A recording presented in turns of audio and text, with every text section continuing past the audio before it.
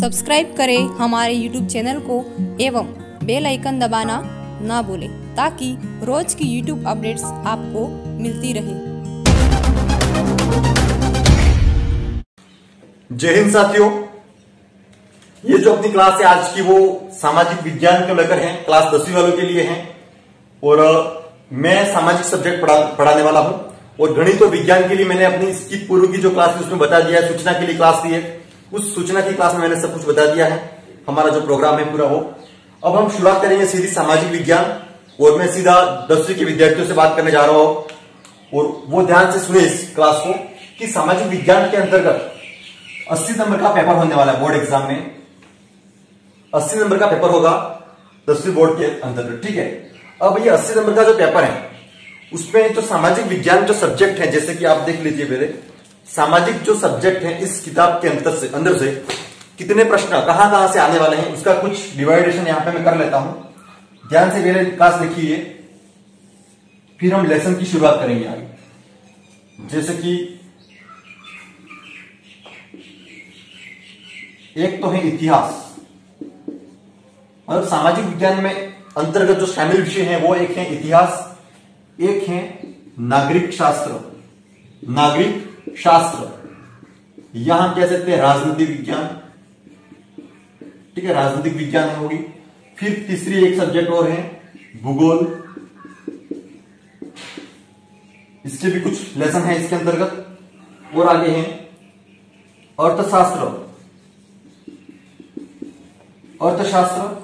और लास्ट जो चैप्टर है इसके अंतर्गत आपको किताब में भी ये पूरा डिटेल मिलेगी आपको, वो रहेगी स्वच्छता व कचरा प्रबंधन। मतलब स्वच्छता के बारे में कुछ पॉइंट रहेंगे यहां पे, स्वच्छता और कचरा प्रबंधन, ये दोनों चीजें यहां पे मैंने लिख दी है। 2 नंबर का प्रश्न मतलब स्वच्छता से बनेगा और 2 नंबर का प्रश्न कचरा प्रबंधन से बनेगा, ठीक है। ये पढ़ाने वाले को लेसन ये आप स्वयं को पढ़ लेने हैं और इसकी जानकारी तो 10वीं क्लास के विद्यार्थियों को होनी चाहिए। अब हम आगे बात करते हैं इतिहास के जो भी लेसन है इस किताब में, उसमें 20 नंबर का पूरा मैटर है। नागरिक शास्त्र या राजनीति विज्ञान 20 नंबर की, भूगोल 18, अर्थशास्त्र 18 नंबर। इस तरह से इस किताब के अंतर्गत आपकी 80 नंबर डिवाइड किए हुए हैं और इसका टोटल जो योग होगा वो होगा 80 नंबर। मतलब 80 नंबर का जो पेपर आपके होने वाला है उसके अंदर इस किताब में जो भी लेसन है 20 जो लेसन टोटल है इसके अंतर्गत शामिल है, टोटल 20 लेसन है, वो इस तरह से बटे हुए हैं। जैसे कि मैं यहां पे बता दूं अगर तो ध्यान से देखना, इतिहास में कितने लेसन आ रहे हैं 20 नंबर का जो मैटर है आपके यहाँ पे नंबर का, उसके अंतर्गत अगर हम पार्ट देखें इस किताब से तो 1, 2, 3 और 4, मतलब 4 पार्ट, 1 से लगाकर 4 पार्ट, ये पार्ट लिख दिया मैंने। 1 से लगाकर जो 4 लेसन है टोटल वो इतिहास के लेसन है और वो 20 नंबर के प्रश्न मतलब इन लेसन से बनेंगे। 4 पार्टों में से 20 नंबर के प्रश्न बनेंगे। फिर देखते हैं नागरिक शास्त्र या राजनीति विज्ञान, 5वें पार्ट से लगाकर 7वां पार्ट, 5 से 6, 6 से 7, ये 7 तक जो लेसन है वो रहेगी आपके नागरिक शास्त्र या राजनीति विज्ञान। तो ये 5, 6 और 7 3 पार्टों में से 20 नंबर के प्रश्न बनेंगे। नेक्स्ट है भूगोल, 8वें पार्ट से लगाकर 13वां पार्ट लास्ट है आपके परिवहन एवं संचार। तो यहां तक इतने जो लेसन है वो भूगोल के हैं और 18 नंबर के प्रश्न बनेंगे। फिर अगला है अर्थशास्त्र, 14वें पार्ट से लगाकर 18वें पार्ट तक अर्थशास्त्र का पार्ट रहेंगे पूरे ये और 18 नंबर के प्रश्न बनेंगे। और लास्ट कचरा और प्रबंधन और ये जो स्वच्छता वाला जो मामला है इसके अंतर्गत सिर्फ 2 लेसन है, 19वां और 20वां। इस तरह से सामाजिक विज्ञान 10वीं की जो है उसके अंतर्गत 20 पार्ट टोटल है। उन 20 पार्टों का ये जो विवरण पूरा जो मैंने बांट रखा है यहाँ पे आप देख सकते हैं। इस तरह से प्रश्न आएंगे। हम शुरुआत करेंगे अभी जो क्लासों में वो मैं आपको शुरुआत करने जा रहा हूं यहां से करूंगा भूगोल। पहले हम भूगोल पढ़ेंगे क्योंकि देखो हम क्रम से पढ़े इसका कोई मायने नहीं रखता यहाँ पे, क्योंकि अपने आप में इतिहास अलग है, ये राजनीति विज्ञान होगी, भूगोल अपने आप में अलग मैटर है यहाँ पे पूरा, अर्थशास्त्र में अलग पूरा मामला है, ठीक है। तो हम पहले 8वें पार्ट से शुरुआत करेंगे। 8, 9, 10, 11, 12, 13 ये पार्ट हम पहले क्लियर करेंगे भूगोल का मैम, ठीक है। फिर एक सर आपके साथ और जुड़ेंगे सामाजिक को लेकर, वो इतिहास शुरू करेंगे यहां से, ठीक है। इस तरह से फिर मैं अपने जो ये कोर्स हो जाएगा इसके बाद मैं वापस राजनीति या अर्थशास्त्र में से कोई सब्जेक्ट उठाऊंगा। इस तरह से हमने शुरुआत करने की प्लानिंग की है। आप बिल्कुल रोज जुड़े रहिए हमारे साथ और हम बात करेंगे अगले विषय के लिए। तो ये हो गया नंबरों का पूरा विवरण। अब हम शुरुआत करेंगे आज सामाजिक में। भूगोल पाठ रहेगा 8वां पाठ, उसका जो भी नाम है उसकी डिस्कशन आगे करेंगे। ठीक है, इसको आप ध्यान से उतार लेना अगर आपके पास किताब नहीं है तो। ये ध्यान रखना, हम अपनी शुरुआत करने जा रहे हैं वो है 8वां पाठ और 8 से लेकर 13वें पाठ तक। क्लियर? सामाजिक विज्ञान में अध्याय जो है हमारा वो 8वां है। 8 से लगाकर 9, 10, 11, 12 और 13, 8 से लगाकर 13वें पाठ तक जो टोटल पाठ रहेंगे वो है भूगोल के पाठ हैं, जो इस सामाजिक विज्ञान के अंतर्गत शामिल है। ठीक है, हम अभी आज जो अध्ययन करेंगे वो है अध्याय 8, जिसका नाम है जल संसाधन। हमारा 8वां पाठ है जल संसाधन। ठीक है, अब समझते हैं आखिर पाठ का नाम जल संसाधन क्यों है। पहले तो वो देख लेते हैं। देखिए, जल से तो आप सभी अवगत हैं, जल या पानी वो तो आप सबने देखा है, दैनिक जीवन में उपयोग आने वाली चीज है, आपको पता है। पीछे शब्द लगा हुआ है संसाधन, संसाधन रिसोर्स। अब संसाधन क्या होता है इसको समझते हैं पहले। संसाधन क्या होता है? ऐसी कोई भी वस्तु जो मानव की आवश्यकता को पूरा करती हो वो संसाधन कहलाती है। इस पृथ्वी पर उपस्थित ऐसी कोई भी वस्तु जो मानव की आवश्यकता को पूरा करती है वो संसाधन कहलाती है। क्लियर? तो यहां पे है जल संसाधन, मतलब पानी हमारी आवश्यकता की पूर्ति करता है, तो जल भी एक क्या है? संसाधन है। ये नॉर्मल आपको संसाधन की परिभाषा ध्यान रखनी है, उतार लेनी है। ठीक है, आपके रजिस्टर में। अब हम आगे बढ़ते हैं, जल संसाधन के बारे में और चर्चा करते हैं विस्तृत रूप में। अगर पृथ्वी पर बात करें हम ग्लोब पर, पूरी पृथ्वी पर अगर हम देखें तो 71% भाग पर क्या है? पानी है, और 29% भाग पर स्थल भाग है, मतलब ये स्थल है, ये जमीन है टोटल। ठीक है, स्थल भाग 29% और 71% क्या है? जल है। ये पूरी पृथ्वी पर इसका वितरण है इस तरह से, 71% जल, 29% स्थल है। हम जो हमारे महाद्वीप है, टोटल महाद्वीप है सभी, वो ओनली 29% भाग पर है, और पूरा जो जल है सभी महासागर और बाकी पूरा पानी भूमिगत हो गया, नदियों वाला पानी हो गया, पूरा बर्फ वाला हो गया, हिमालय वगैरह, वो पूरा पानी 71% है। अगर इस पानी को 71% भाग को अगर मैं 100% इकाई मानूं, अगर एक बार के लिए मैंने इसको 100% मान लिया 71%, तो इसके अगर हम डिवाइड करें आगे क्या होगा? देखिए 97% और 3%, मतलब टोटल जो जल है पृथ्वी पर उसमें से अगर हम देखें तो 97% भाग का जो जल है वो तो है खारा पानी, और 3% पानी कौन सा है? मीठा है। ये तो मीठा पानी, ओनली 3% पीने योग्य जल है, बाकी 97% खारा पानी। खारा पानी कौन सा? जो महासागरों में है, आपको पता ही होगा, हमारे 5 बड़े बड़े महासागर, वो पानी खारा हो गया, और मीठा पानी जो हम उपयोग करते हैं पीने योग्य काम आता है वो पानी हो गया। अगर हम इस 3% पानी का भी अगर इस इकाई को भी अगर हम 100% मान ले, एक बार मान लो ये अपने आप में 100%, हम इसको देखिए 3% को भी, तो इसमें से भी हम अगर डिवाइड करें तो कैसे होगा? देखिए 69%, 30% और 1%, कितना? 3% जल मीठा है, उसको भी अगर हम बांटे अगर आगे तो 69% तो कहां पर है? बर्फ के रूप में है, मतलब हम पानी इसको तो नहीं पी सकते, ये तो बर्फ के रूप में जमा हुआ है। कहां पे? अंटार्कटिका महाद्वीप, पूरा बर्फीला महाद्वीप है, उसके ऊपर भी जमा हुआ होगा। फिर 30% जो जल है वो है भूमिगत, मतलब ये तो धरती के अंदर है। ठीक है, कितना?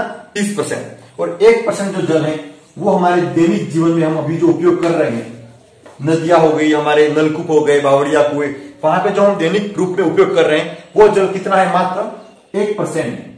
इसलिए जल का प्रबंधन जरूरी है, जल का सदुपयोग जरूरी है। और 10वीं क्लास के अंतर्गत ये लेसन इसलिए रखा गया है ताकि आप अभी से समझ सको जल हमारे लिए क्यों जरूरी है और इसका प्रबंधन क्यों जरूरी है, इसको अवेयर करना क्यों जरूरी है। क्योंकि मीठा पानी ओनली 3% है, उसमें भी अगर हम देखें तो 69% बर्फ के रूप में जमा हुआ है हिमालय में और अंटार्कटिका पर, साथ ही 30% भूमिगत है और 1% हमारे दैनिक जीवन में काम आ रहा है। ये पानी के बारे में हमने बात कर ली। आगे देखते हैं, अगला हमारा पॉइंट रहेगा जल प्रबंधन।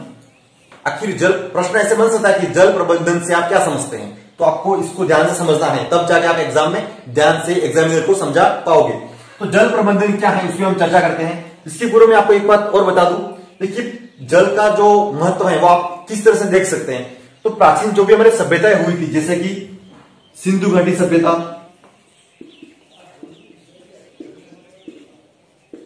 इसके बाद मेसोपोटामिया, ये कुछ प्राचीन सभ्यताएं थी जो नदी के घाटी वाले भागों में पनपी थी, मतलब जहां पे नदियां थी उन नदियों के किनारे वाले भागों में अपना बसेरा इन्होंने बसाया था। ऐसी बहुत सारी सभ्यता हैं, ठीक है, विश्व में। तो हम अगर मेन देखें हम तो सिंधु घाटी सभ्यता और मेसोपोटामिया, ये तो दजला व फरात नदियों के संगम पे, मतलब उनके आसपास में बसी थी। और सिंधु नदी के आसपास में सिंधु घाटी सभ्यता या फिर हड़प्पा सभ्यता जो है वो बसी थी, मतलब नदियों के किनारे वाले भागों में उन्होंने अपने घर बनाए थे, अपना गांव स्थापित किया था, अपना शहर स्थापित किया था।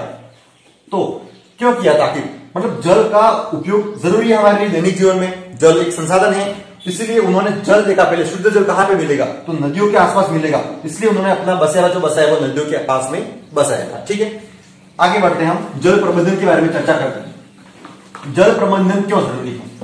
जल का प्रबंधन का मतलब होता है रख रखाव, कह सकते हैं हम, रख रखाव या फिर इसका सदुपयोग। जल का सदुपयोग या रख रखाव या इसकी सुरक्षा कैसे करें, तो इसके लिए हम आपको ध्यान क्या रखना है। भारत में एक तो जनसंख्या की वृद्धि हो रही है, ठीक है, लगातार जनसंख्या की वृद्धि हो रही है और जल धीरे धीरे कम होता जा रहा है। जल की मात्रा तो कम होती जा रही है, शुद्ध जल की मात्रा कम होती जा रही है और जनसंख्या में वृद्धि अधिक होती जा रही है, जिसके कारण जनसंख्या का जो दबाव है बढ़ता जा रहा है जल पर। तो एक तो उसको ध्यान में रखते हुए, साथ ही सिंचाई के लिए, और फिर कभी कभी हमारे यहाँ पे वर्षा होती है, कभी कभी नहीं होती है, तो वर्षा की अनियमितता और बाढ़ और सूखे की स्थिति, इन सभी से निपटने के लिए हमें जल का प्रबंधन जरूरी है, मतलब जल की सुरक्षा करना जरूरी हो गया है। तो इसलिए जल प्रबंधन के लिए सरकार ने बहुत सारे प्रयास किए हैं, बहुत से बांध बनाए हैं, बहुत सारी बहुउद्देशीय परियोजनाएं चलाई है, उनके बारे में हम आगे अध्ययन करने वाले हैं। अभी देखिए एक शब्द आएगा आपके सामने, बहुउद्देशीय परियोजनाएं। बहुउद्देशीय परियोजनाएं, इसको समझना जरूरी है और ये बहुत बड़ा आगे चलने वाला है चैप्टर पूरा। बहुउद्देशीय परियोजना, देखो एक उद्देश्य नहीं, बहुत सारे उद्देश्य यहां पे लिखा हुआ है, ठीक है, मतलब एक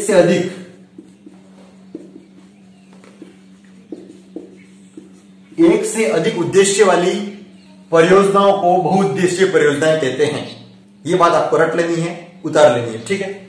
एक से अधिक उद्देश्य रखने वाली परियोजनाओं को बहुउद्देशीय परियोजनाएं कहते हैं। अब ये परियोजनाएं और बहुउद्देशीय परियोजनाएं क्या होती है, मतलब पानी के प्रबंधन के लिए, जल की सुरक्षा के लिए सरकार क्या करती है, बड़े बड़े बांध बनाती है। नदियों, जैसे नदी जा रही है तो इसके ऊपर बड़ा बांध बना देती है और यहाँ पे पानी को एकत्रित कर लेते हैं हम, शुद्ध जल। अब इस पानी को हमने मान लो एकत्रित कर लिया, क्यों किया, इसके उद्देश्य क्या है, तो इसकी बहुउद्देश्य है, बहुत सारे उद्देश्य है। तो बहुत सारे उद्देश्य कौन कौन से हैं, तो देखो क्या क्या हो सकते हैं। सिंचाई के लिए, सिंचाई का भी उद्देश्य हो सकता है, और एक हो सकता है आगे पेयजल, पीने के पानी के लिए भी प्रबंधन जरूरी है। इसके बाद हो सकता है आगे मत्स्य पालन, मछली पालन, ठीक है, और विद्युत, जल विद्युत उत्पादन, जल विद्युत उत्पादित करने के लिए भी ये जरूरी है, और पर्यटन को बढ़ावा देने के लिए, पर्यटन घूमने आएंगे, जैसे कि जैसमंद बांध देख सकते हैं आप। इस तरह की बड़ी बड़ी जितनी भी बांधे होती है उनको देखने के लिए लोग दूर दूर से आते हैं और पर्यटन को बढ़ावा मिलता है, हमारे आसपास के अर्थव्यवस्था सुधरती है, ठीक है। तो इस तरह से एक से अधिक उद्देश्य रखकर जो योजनाएं बनाई जाती हैं उनको बोलते हैं बहुउद्देशीय परियोजनाएं। समझ गए होंगे आप। आगे देखिए, आगे अगर हम देखें तो जो हमारे प्रथम प्रधानमंत्री थे, कौन थे, पंडित जवाहरलाल नेहरू। इन्होंने एक बात कही थी, किसको लेकर, बहुउद्देशीय परियोजनाओं को लेकर। बहुउद्देशीय परियोजनाओं को लेकर कहा था कि जो ये बहुउद्देशीय परियोजनाएं हैं वो आधुनिक भारत का आधुनिक भारत का या आधुनिक भारत के मंदिर हैं। इस तरह की बात कही थी पंडित जवाहरलाल नेहरू ने कि जो भी बहुउद्देशीय परियोजनाएं हैं, जो ये बड़े बड़े बांध हम इन योजनाओं के तहत बना रहे हैं, वो आधुनिक भारत के मंदिर हैं। क्यों कहा ऐसा? देखिए, प्राचीन भारत और मध्यकाल के मंदिर तो हमने सभी भगवान के मंदिर देखे हुए, अम्बे माता, हनुमान जी, गणेश जी के मंदिर देखे हुए हैं, ठीक है। लेकिन आधुनिक भारत की अगर हम बात करें तो यहाँ पे अगर कोई मंदिर है, कोई दर्शनीय स्थल है, कोई बहुत महत्वपूर्ण अगर चीज है, तो वो क्या है? ये बहुउद्देशीय परियोजनाएं हैं। और उसी को ध्यान में रखते हुए नेहरू जी ने कह दिया कि आधुनिक भारत के मंदिर कौन है? बहुउद्देशीय परियोजना है। और प्रश्न यहां से बनता है कि आधुनिक भारत के मंदिर किसे कहा है और किसने कहा है? तो ये कहा है, जवाहरलाल नेहरू ने कहा है और बहुउद्देशीय परियोजनाओं को कहा है। ये बात आपको ध्यान रखनी है। अब आगे की पॉइंट हम देख लेते हैं इस बहुउद्देशीय परियोजना के बारे में कि केंद्र सरकार, केंद्र व, आप लिख देना सीधा नोट बना के, केंद्र व राज्य सरकारों द्वारा संचालित, केंद्र व राज्य सरकारों द्वारा संचालित विभिन्न बहुउद्देशीय परियोजनाएं, बहुउद्देशीय परियोजनाएं। अब मैं कुछ यहाँ पे नाम लिख रहा हूं बहुउद्देशीय परियोजनाओं के, वो आपको उतार लेने हैं, फिर हम एक एक परियोजना के बारे में अध्ययन करेंगे। देखिए, फर्स्ट हम बात करें तो भाखड़ा नांगल परियोजना, भाखड़ा नांगल परियोजना, ठीक है। एक ये परियोजना बहुउद्देशीय परियोजना है। नेक्स्ट है दामोदर नदी घाटी परियोजना, दामोदर नदी घाटी परियोजना। तीसरी है रिहंद परियोजना, कौन सी? रिहंद परियोजना। और है हीराकुंड परियोजना। और आगे है ठिहरी परियोजना। और एक और है नंबर 6 पे लिख देता हूं मैं, कोसी परियोजना। ये परियोजना है जो केंद्र व राज्य सरकारें जो है, या तो किसी पर कोई परियोजना केंद्र सरकार संचालित कर रही है और कोई परियोजना जो है वो राज्य सरकारें अपने स्तर पे संचालित कर रही है। इस तरह की कुछ परियोजना है। जैसे कि और आगे देखें तो अपने राजस्थान की चंबल परियोजना, ठीक है। चंबल के बाद एक और है दूसरे राज्य के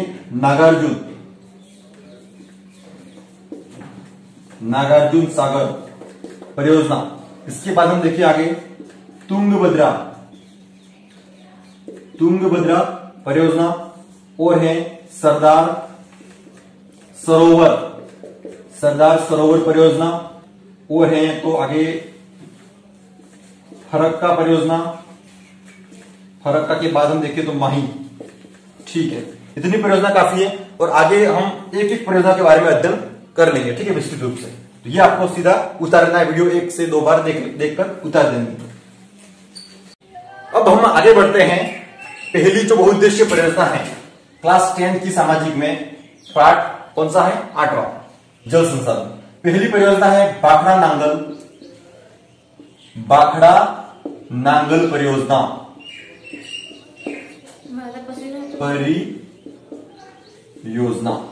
भाखड़ा नांगल परियोजना, इसके बारे में चर्चा करनी है हमें। ये पहली परियोजना है। कौन सी परियोजना है? बहुउद्देशीय परियोजना है। इस परियोजना का उद्देश्य एक नहीं है, अनेक उद्देश्य हैं। पहले उद्देश्य देख लेते हैं, क्या क्या उद्देश्य है इसको बनाने के पीछे। तो सिंचाई के लिए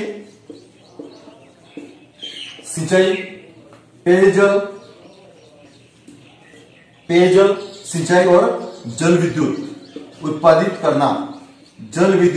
करना, पीने का पानी और सिंचाई, ये 2-3 मुख्य उद्देश्य हो गए भाखड़ा नांगल परियोजना के, ठीक है। और भी अन्य, जैसे कि कोई भी आर्थिक क्रिया करनी है देश में या राज्यों में, तो आर्थिक क्रिया करने के लिए कहीं ना कहीं हमें पानी की जरूरत पड़ती है। उद्योग स्थापित करना हो तो भी ये बहुत सारे इसके उद्देश्य हो जाते हैं, ठीक है। ये उद्देश्य आपको ध्यान रखना है। आपको आपके स्तर पे नोट्स बना दे रहे हैं वीडियो देखते देखते, ठीक है। वीडियो को 1 से 2 बार देख लीजिए आप। उद्देश्य हो गए। अब भाखड़ा नांगल परियोजना कहां पे बनी हुई है उसकी चर्चा करते हैं हम। तो इधर एक नदी है, इसका नाम है सतलज नदी। वैसे तो ये तिब्बत से निकलती है, फिर हिमाचल प्रदेश में आती है, उसके बाद हम आगे चर्चा कर रहे हैं। ये सीमा हो गई, दो राज्यों की सीमा है। इधर तो है पंजाब, इधर है हिमाचल प्रदेश। पंजाब और हिमाचल प्रदेश की सीमा पर दो बांध बने हुए हैं, एक तो बाखड़ा बांध, एक नांगल बांध। ठीक है, अब नदी उधर से आ रही है, तो पहला जो बांध है इस सीमा के पास में, इसका तो नाम है बाखड़ा बांध, और लगभग 10 से 13 किलोमीटर का अंतर है। 10 से 13 किलोमीटर के अंतर में दूसरा बांध बना हुआ है आगे, इसका नाम है नांगल बांध। ये दो बांध इस तरह से बने हुए हैं, सतलज नदी पर बने हुए हैं, इस परियोजना के तहत बने हुए हैं। तो बाखड़ा नांगल परियोजना एक बहुउद्देशीय परियोजना है। इसके अंतर्गत दो बांध बने हुए हैं, कहां पे? हिमाचल प्रदेश और पंजाब की सीमा पर। ठीक, बाखड़ा बांध जो है, इसके पहले यहां पे एक झील है जिसका नाम है गोविंद सागर। गोविंद सागर झील पर बाखड़ा बांध बना हुआ है, जो विश्व का सबसे ऊंचा कंक्रीट या सीमेंट से निर्मित बांध है। क्या कहा मैंने? विश्व का सबसे ऊंचा कंक्रीट या सीमेंट से निर्मित बांध है, मतलब इस तरह से खड़ा, ये इस तरह का बांध है। वैसे बांध इस तरह के भी होते हैं, ठीक है, लेकिन ये जो बांध है वो खड़ा बांध है, मतलब एकदम स्थिर और खड़ा बांध इस तरह से बना हुआ है। और विश्व का सबसे ऊंचा सीमेंट या कंक्रीट से निर्मित बांध कौन सा है? बाखड़ा बांध। आगे देख लेते हैं हम। अब इसकी लंबाई और चौड़ाई की बात करता हूं मैं। लंबाई और चौड़ाई आपको दोनों की भी ध्यान रखनी है, सिर्फ बाखड़ा जो बांध है उसकी लंबाई ध्यान रखनी है आपको, 526 मीटर और 518 मीटर और 226 मीटर चौड़ाई होगी। यह लंबाई और चौड़ाई होगी किसकी? बाखड़ा बांध की। ठीक, अब ये जो परियोजना है वो किन राज्यों की संयुक्त परियोजना है, ऐसा प्रश्न आता है। तो 3 राज्यों के नाम ध्यान रखने आपको, एक तो अपना राजस्थान, एक हरियाणा, एक पंजाब। 3 राज्यों की संयुक्त परियोजना जो है वो बाखड़ा नांगल परियोजना है। अगर राजस्थान का याद रखो तो हिस्सेदारी आपको ध्यान रखनी है, 15.22% हिस्सेदारी किसकी है? राजस्थान की है। किसमें हिस्सेदारी? ये जो उद्देश्य है, इन उद्देश्यों में हिस्सेदारी और जल विद्युत। ठीक है, तो ये तो थी बाखड़ा के बारे में बात। अब एक बात और ध्यान रखनी है आपको, यहां से कुछ नहरें निकाली गई हैं, तो 4 नहरों के नाम आपको ध्यान रखने हैं। बाखड़ा से भी नहरें निकाली गई हैं, जैसे बाखड़ा नहर, बाखड़ा नहर, एक है सरहिंद नहर, सरहिंद नहरें, और यहां पे नांगल परियोजना से नांगल नहर। ठीक है, और एक है बिस्त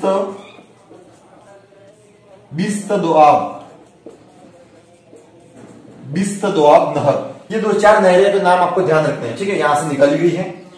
और नेक्स्ट बात आपको क्या ध्यान रखनी है, आखिर ये जो नांगल बांध बना हुआ है वो क्यों बना हुआ है, ऐसा भी प्रश्न आता है। तो जो बाखड़ा बांध है, अगर यहाँ पे पानी की मात्रा अतिरिक्त हो जाती है, मतलब पानी ज्यादा हो जाता है, तो उस अतिरिक्त पानी को बचाने के लिए उसी उद्देश्य से ये नांगल बांध आगे बनाया हुआ है, ताकि यहाँ का पानी अगर हम छोड़ दे तो वो आकर यहाँ पे भी रुक सके और हमारे इन उद्देश्यों की पूर्ति कर सके।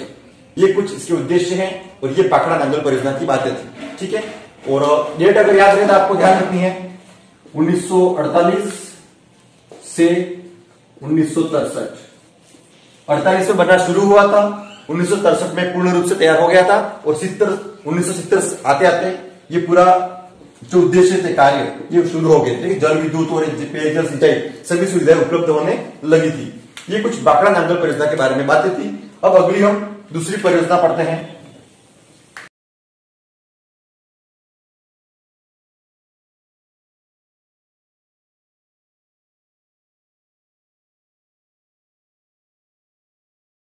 दूसरा बांध जो या दूसरी परियोजना जो है वो रहेगी दामोदर नदी घाटी परियोजना। नोट्स बनाने आपको दूसरी जो परियोजना है, बहुउद्देशीय परियोजना, वो लिखनी है दामोदर नदी घाटी परियोजना। देखिए दामोदर नदी घाटी जो परियोजना है वो भारत सरकार ने किसको देखकर बनाई थी, ऐसा प्रश्न आता है तो ध्यान रखना है अमेरिका की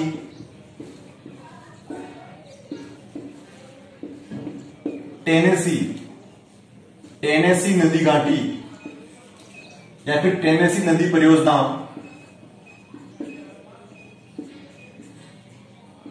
टेनेसी नदी परियोजना, अमेरिका की टेनेसी नदी परियोजना के आधार पर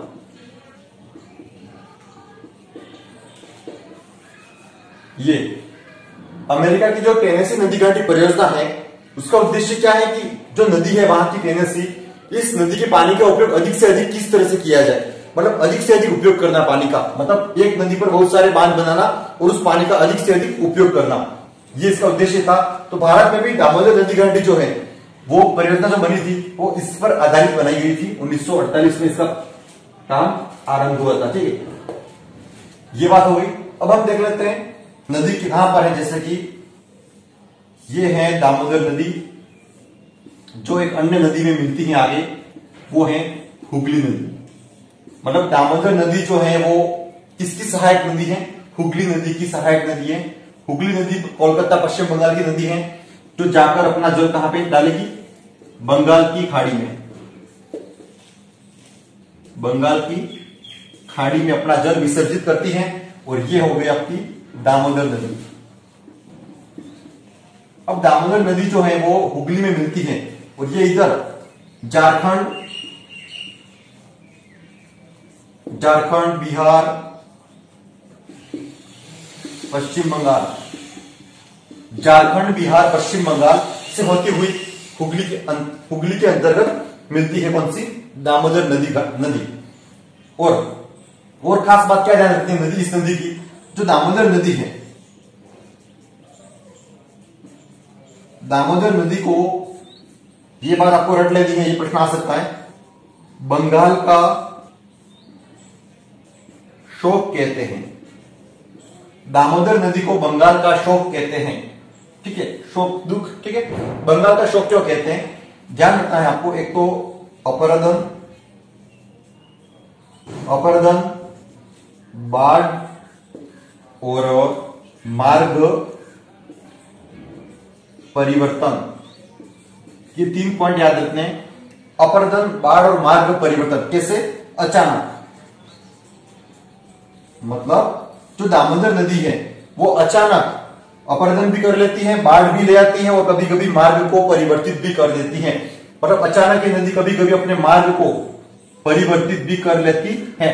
तो इस तरह से, इसी कारण से इस नदी को क्या कहते हैं, पश्चिम बंगाल या फिर बंगाल का शोक कहते हैं। ये होगी इसकी बात। आगे देखते हैं। आगे अगर हम देखें तो मैथान, तिलैया, कोनार, पंचेत पहाड़ी, क्या क्या, मैथान, तिलैया, कोनार, पंचेत पहाड़ी, दुर्गापुर बैराज,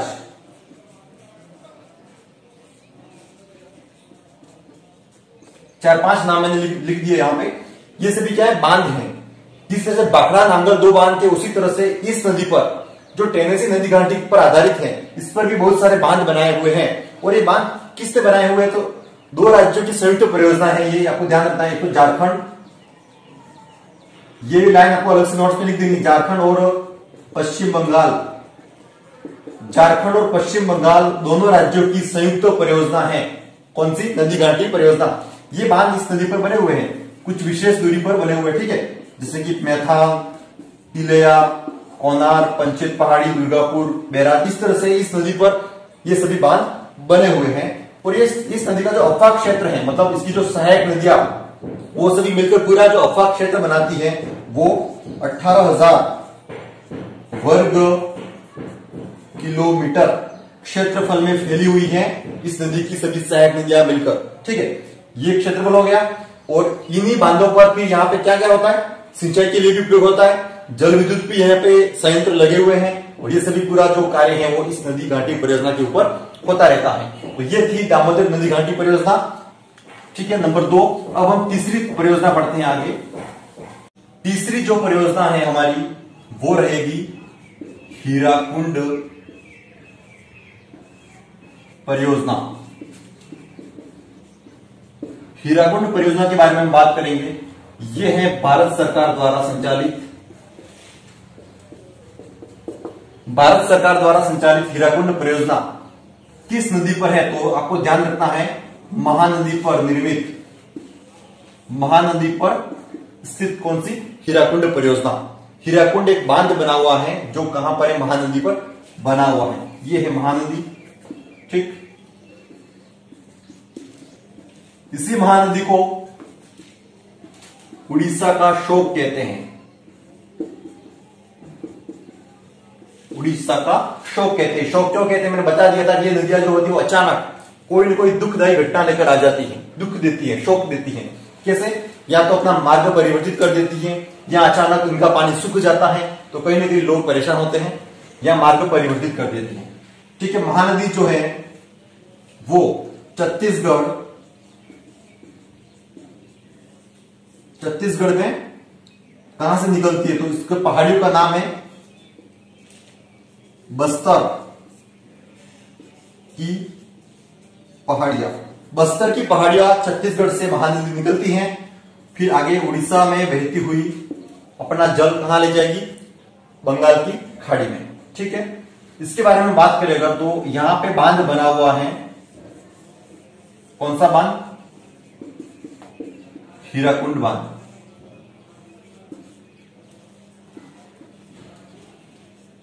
हीराकुंड बांध उड़ीसा, महानदी पर उड़ीसा में बना हुआ है, जो इसके बारे में बातें ध्यान रखनी है आपको। विश्व का, ये नोट्स में उतार लेते हैं ध्यान से, विश्व का सबसे लंबा बांध है हीराकुंड बांध। विश्व का सबसे लंबा बांध है, तो लंबा है तो इसकी लंबाई भी ध्यान रखनी पड़ेगी। तो 4801 मीटर क्या है इसकी लंबाई होगी। ऊंचाई की बात करें अगर तो ऊंचाई है 61 मीटर, ठीक है। इसकी आपको लंबाई ध्यान रखनी है 4801 मीटर, हीराकुंड बांध। क्लियर?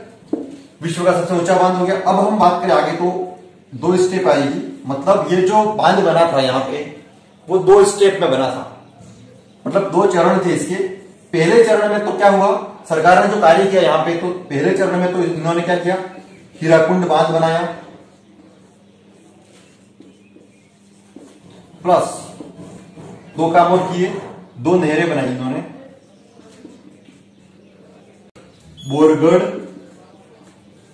प्लस सेसन, ये 2 नहरें हो गई। और ये जो बांध बना हुआ है वो आपको ध्यान रखना है थोड़ा, यहां पे नाम, ये संबलपुर के निकट है। संबलपुर उड़ीसा में जगह है, उसके पास में लगभग 13 से 14 किलोमीटर के आसपास ये बांध बना हुआ है। और दूसरे चरण में क्या हुआ? पहले चरण में तो ये काम हुआ पूरा, दूसरे चरण में और अंतिम चरण में हुआ 4 विद्युत ग्रह स्थापित हुए थे। 4 विद्युत ग्रह स्थापित हुए थे दूसरे चरण में, ठीक है। कहां पे? महानदी पर। तो ये बात थी हमारी बहुउद्देशीय परियोजना के बारे में। अभी ये पार्ट और बाकी है, कौन सा? जल संसाधन पार्ट चल रहा है हमारा 8वां पार्ट, अभी ये अधूरा पार्ट है। अभी हम ये वीडियो यहां तक ही बनाएंगे, अगले वीडियो में हम पढ़ेंगे राजस्थान की कुछ बहुउद्देशीय परियोजनाओं के बारे में, तो क्योंकि वीडियो बड़ा बन जाएगा इसलिए। तो आज के लिए इतना ही। अगले वीडियो में हम बात करेंगे 8वें पार्ट की ही, और वो भी राजस्थान की कुछ परियोजना के बारे में, और जो भी कुछ बचता है और भी उसके बारे में। जय हिंद।